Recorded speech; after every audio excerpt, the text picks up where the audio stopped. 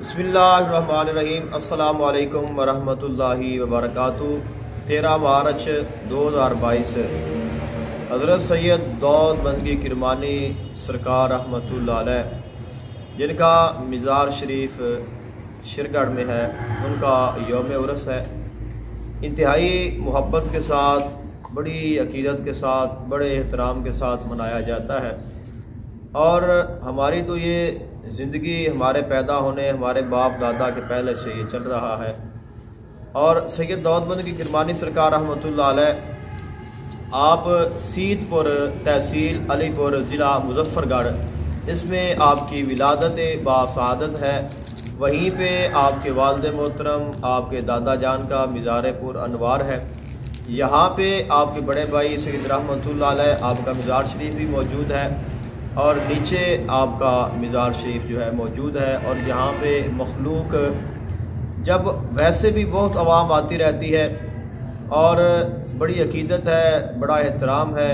और आपका जो मज़ार शरीफ है वो भी कमाल है, उसकी बनावट और उसकी जो डिज़ाइनिंग है और उसमें जो लिखाई है, उस पर सूरह फ़त लिखी गई है, कलमा शरीफ लिखा गया है। इसके अलावा दीगर जो फ़ारसी में अशार हैं वो वहाँ पे नक्श किए गए हैं।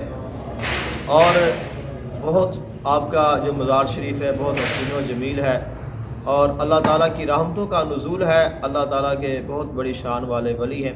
तो जब आपका उर्स होता है 13 मार्च को, तो मुख्तलिफ़ जगहों से लोग तशरीफ़ लाते हैं, गाँव से, शहरों से, देहातों से, आम लोग, ख़ास लोग, मजहबी लोग, इसके अलावा दीगर यानी कि मुख्तलिफ़ मकातब फ़िक्र के लोग यहाँ पर तशरीफ़ लाते हैं। और एक बुज़ुर्ग जो कि हमने देखा तो नहीं है, यानी कि वो कहाँ से आते हैं, सुना है कि वो दरियाए चनाब से तशरीफ़ लाते हैं।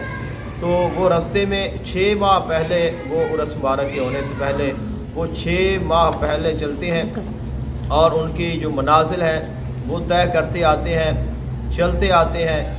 और रात यानी कि जहाँ पे उनका स्टे होता है, एक रात गुजारी, फिर अगले उन्होंने पैदल ही चल कर आना होता है और फिर लोग उनके साथ मिलते जाते हैं। तो जौक दर जौक लोग शामिल होते हैं। तो बिल आखिर ये 13 मार्च को ये शिरगढ़ में पहुंचती है ये जमात। और इस जमात में मुख्तलिफ़ कलर्स के जो है वो झंडे होते हैं।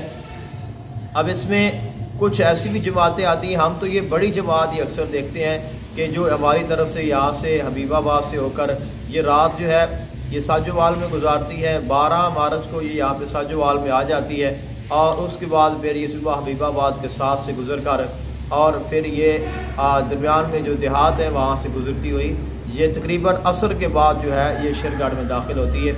इसमें तमाम कलर्स के जो है झंडे, सुरख होता है, सब्ज़ होता है, सफ़ेद होता है और बड़े बड़े झंडे होते हैं। लोग झंडे लाते भी हैं, तकसीम भी करते हैं। इसके अलावा मुख्तलिफ़ लोग अपनी जो मन्नतें हैं जो उन्होंने मानी होती है वो उनकी जब पूरी हो जाती हैं तो कोई दूध बांटता है, कोई यहाँ पे शक्कर बांटता है, कोई छुआरे बांटता है, कोई पतासे बांटता है।